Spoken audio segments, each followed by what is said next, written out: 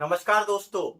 दोस्तों, Donald Trump ने भारत के ऊपर लगा दिया है 25% टैरिफ। दोस्तों, ये टैरिफ नहीं है, ये डोनाल्ड ट्रंप ने भारत के खिलाफ आर्थिक युद्ध छेड़ दिया है।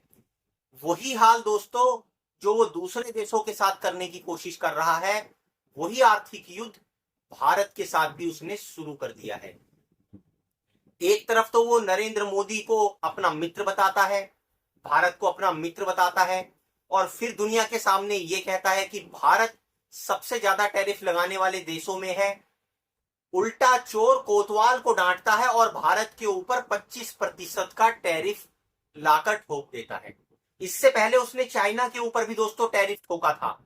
चाइना ने उसकी घिग्गी पकड़ ली दोस्तों, और उसकी घिग्गी जब पकड़ी तो उसके बाद दौड़ा दौड़ा यही ट्रंप है दोस्तों जो चाइना से दोबारा अपने टैरिफ समझौते को करने के लिए मजबूर हुआ।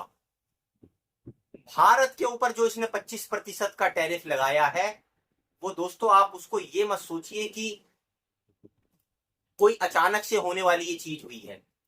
ये उसकी एक सोची समझी रणनीति का ही एक हिस्सा है। चाहे वो दक्षिण कोरिया हो, चाहे वो ब्राजील हो, चाहे वो कनाडा हो, चाहे वो चीन हो, चाहे वो भारत हो, इन देशों को वो आर्थिक तौर पर घेरने की कोशिश कर रहा है। और अमेरिकी सीनेटर का तो दोस्तों हमने इससे पहले वीडियो में आपको बता रखा है किस तरह से बयान आता है, खुलकर धमकी देता है भारत को। उसकी हिम्मत कैसे होती है दोस्तों इतनी कि भारत की अर्थव्यवस्था को बर्बाद कर देंगे। क्या भारत उसकी रहमो करम पर चल रहा है? क्या भारत की अर्थव्यवस्था अमेरिका के रहमो करम पर टिकी हुई है? दोस्तों, ये 25% का जो टैरिफ है, ये खुलकर आर्थिक युद्ध की जंग की का ऐलान है। अब देखने वाली बात यह है कि हमारे जो हाउडी मोदी हैं वो इसका कैसे जवाब देते हैं। दरअसल दोस्तों, नरेंद्र मोदी के अंदर बहुत सारी कुछ खूबियां भी हैं तो कुछ कमियां भी हैं। एक बहुत बड़ी कमी यह है दोस्तों कि अपनी चीजों को वो इतना ज्यादा इवेंटुअलाइज कर देते हैं, इतना ज्यादा इवेंट उसका कर देते हैं, इतना पीआर कर देते हैं कि बाद में उनको बड़ी दिक्कत होने लगती है। जिस तरह से ट्रंप के इलेक्शन में उन्होंने माय फ्रेंड डोनाल्ड ट्रंप कहकर उनके लिए यज्ञ करवाए, उनकी जीत के लिए बताया कि अब की बार ट्रंप सरकार। दोस्तों, पहले कभी भी क्या आपने किसी भारत के प्रधानमंत्री को इस लेवल पर जाते हुए देखा? क्या जरूरत थी? भारत में एक कहावत है कि पुलिस वालों की ना दोस्ती अच्छी ना दुश्मनी अच्छी। अरे तो जब अमेरिका के साथ भारत की नीति यही है कि भैया ना उससे कोई ज्यादा दोस्ती करो, ना ज्यादा उससे कोई दुश्मनी पालने की कोशिश करो। कबीर जी यही तो समझा कर गए हैं, भैया इतनी सी बात तुम्हारी समझ में आती नहीं कि कबीरा खड़ा बाजार में सबकी मांगे खैर, और ना काहू से दोस्ती ना काहू से बैर। तो तुमने इतनी ज्यादा मित्रता, इतना मित्रता का ढोल उससे पीट लिया, आज वो तुम्हारा ही ढोल पीटने में लगा है। खुलकर तमाशा बना रखा है उसने। कम से कम 25-30 बार आकर सामने आकर कह चुका है कि भैया मैंने जो है वो सीज फायर करवा दिया अमेरिका, ये भारत और पाकिस्तान के युद्ध में दोनों न्यूक्लियर पावर भिड़ रही थी, अगर मैं नहीं करवाता तो दोनों एक दूसरे के ऊपर एटम बम मार देते। तो आपने उसको बीच में आने का मौका देकर अपने सर पर खुद कुल्हाड़ी मार ली है। अरे पाकिस्तान से जो होता निपट लेते, देख लेते, इस तरह का जिगरा होता देख लेते। अब चाइना तो लगा ही है पाकिस्तान की मदद करने में, मजे ले रहा है ट्रंप। कैसे ले रहा है दोस्तों? एक तरफ तो बांग्लादेश को टैरिफ में छूट दे रहा है। भारत के जो पड़ोसी हैं बांग्लादेश में, क्योंकि जो सरकार का परिवर्तन हुआ है सब जानते हैं अमेरिका की खुराफात है, किस तरह से वहां पर सत्ता परिवर्तन कराने में अमेरिकी एजेंसियों का हाथ है। वहां पर एक तरफ तो वो काम कर दिया, दूसरी तरफ बांग्लादेश को टैरिफ में छूट देता है। भारत के ऊपर 25% टैरिफ ठोक रहा है, और तीसरी तरफ भारत के ऊपर दबाव बनाने के लिए, घेरने के लिए पाकिस्तान के साथ लेकर तेल समझौता कर रहा है, उसके ऑयल रिजर्वॉयर को डेवलप करने की बात कर रहा है। और दोस्तों ये देखिए आप उसकी हिम्मत कि भारत के ऊपर कटाक्ष कर रहा है। किसको सुना रहा है ये कटाक्ष? नरेंद्र मोदी को, कि जो है एक टाइम ऐसा आएगा कि हो सकता है भारत को भी पाकिस्तान से तेल खरीदना पड़े। अरे भारत की इतनी हिम्मत क्यों नहीं कर पाता कि भैया ट्रम्प साहब आप जाओ तेल लेने, देख लेंगे जो हम नुकसान होगा, ये 25% इसने टैरिफ लगाया, 100% इसके ऊपर टैरिफ लगाओ। क्या इतनी हिम्मत सरकार कर पाएगी? ये मैकडोनाल्ड और जितनी डोनाल्ड कंपनियां हैं, इनका बोरिया बिस्तर यहां से समेट कर इनको करो। हमें भी दिक्कत होगी दोस्तों, हमारा भी नुकसान होगा उसमें, इसमें कोई दिक्कत नहीं है।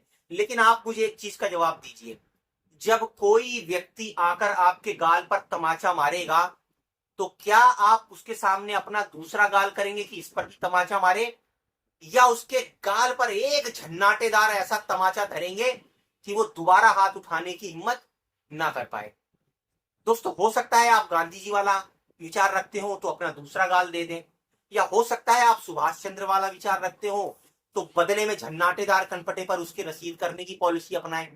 ये तो आपके ऊपर डिपेंड करता है कि आप जवाब देना चाहते हैं या कायरता से इस 25% टैरिफ को एक्सेप्ट करना चाहते हैं।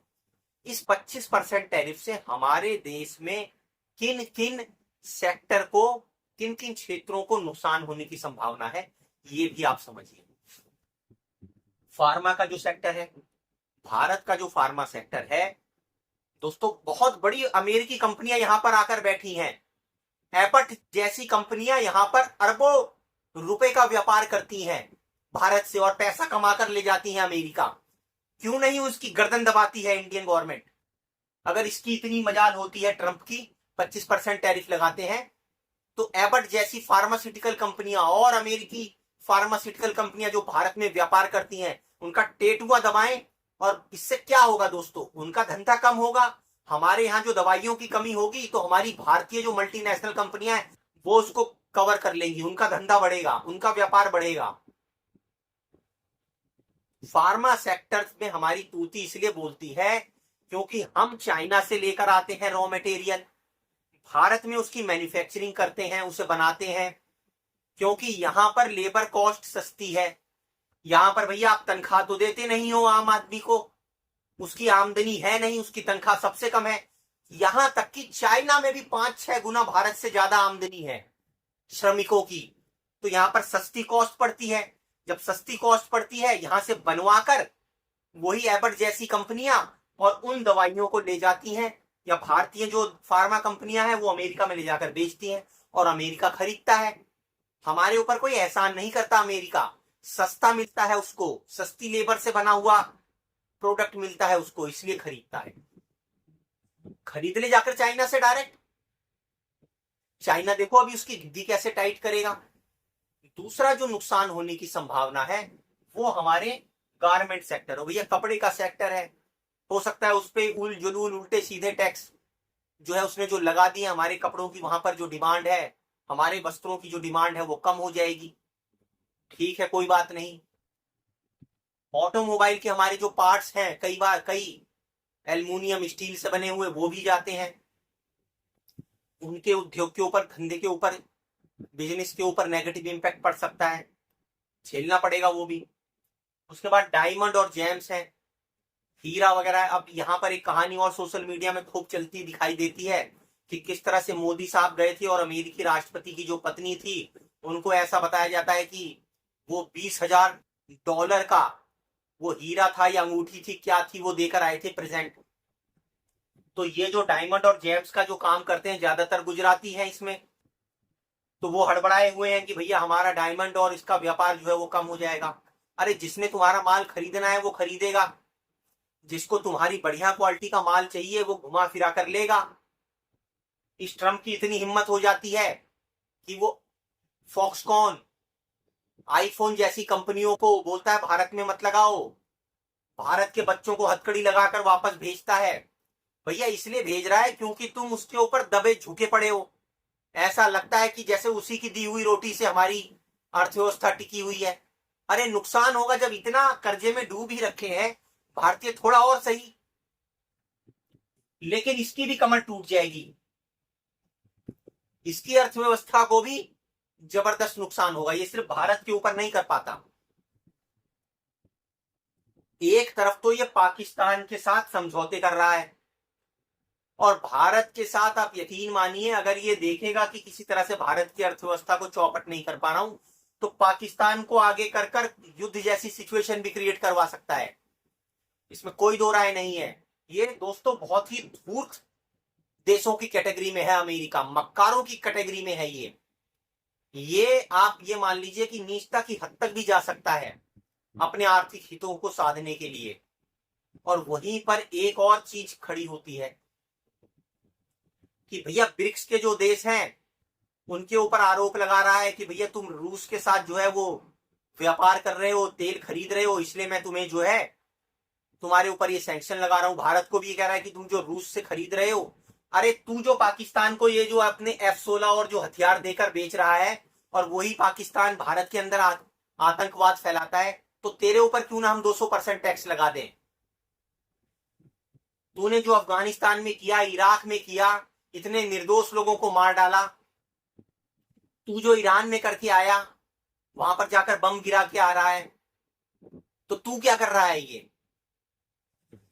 क्या कहने की हिम्मत हम जुटा पाएगी हमारी सरकार। दोस्तों सवाल ये खड़ा होता है कि आखिर हम किस हद तक झुकेंगे। जिस हद तक हम झुकेंगे ये मक्कार उतना ही ज्यादा फायदा उठाते जाएंगे। ये जानते हैं कि भारत की अर्थव्यवस्था बहुत बड़ा बाजार है, वहीं ये भी जानते हैं ये कि मोदी की आर्थिक नीतियों से इस समय भारत का आम जनमानस परेशान है। आम जनमानस के पास भारत में अब हाथों में पैसा नहीं है, भारतीय परिवारों में, तो उनका असंतोष बढ़ रहा है। ये टैरिफ लगाकर ये भारत की जनता के आर्थिक हालातों को और गहराना चाहता है ताकि सरकार के प्रति लोगों का जो गुस्सा है वो बढ़े।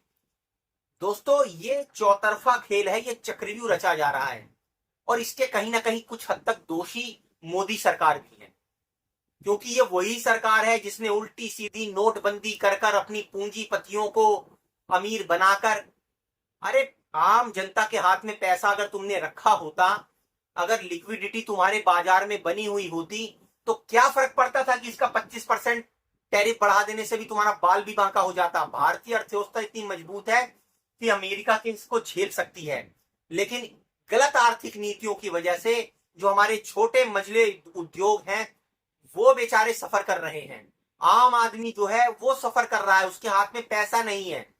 अगर आपकी अर्थव्यवस्था में आम आदमी के हाथ में पैसा है, बाल भी बांका नहीं कर पाएगा आपका ये 25% टैरिफ, लेकिन आपने तो उसको खोखला कर दिया अंदर खाने में। अब घबराए कौन हुए हैं इस 25% टैरिफ से? बड़े बड़े पूंजीपति। आपकी ऑयल रिफाइनरी जो तेल कंपनियां थी गुजरात की, 6 बड़ी कंपनियां बताई जाती हैं भारत की, उनके ऊपर सैंक्शन लगा दिया है, उनसे तेल नहीं लेंगे, ये नहीं करेंगे, वो नहीं करेंगे।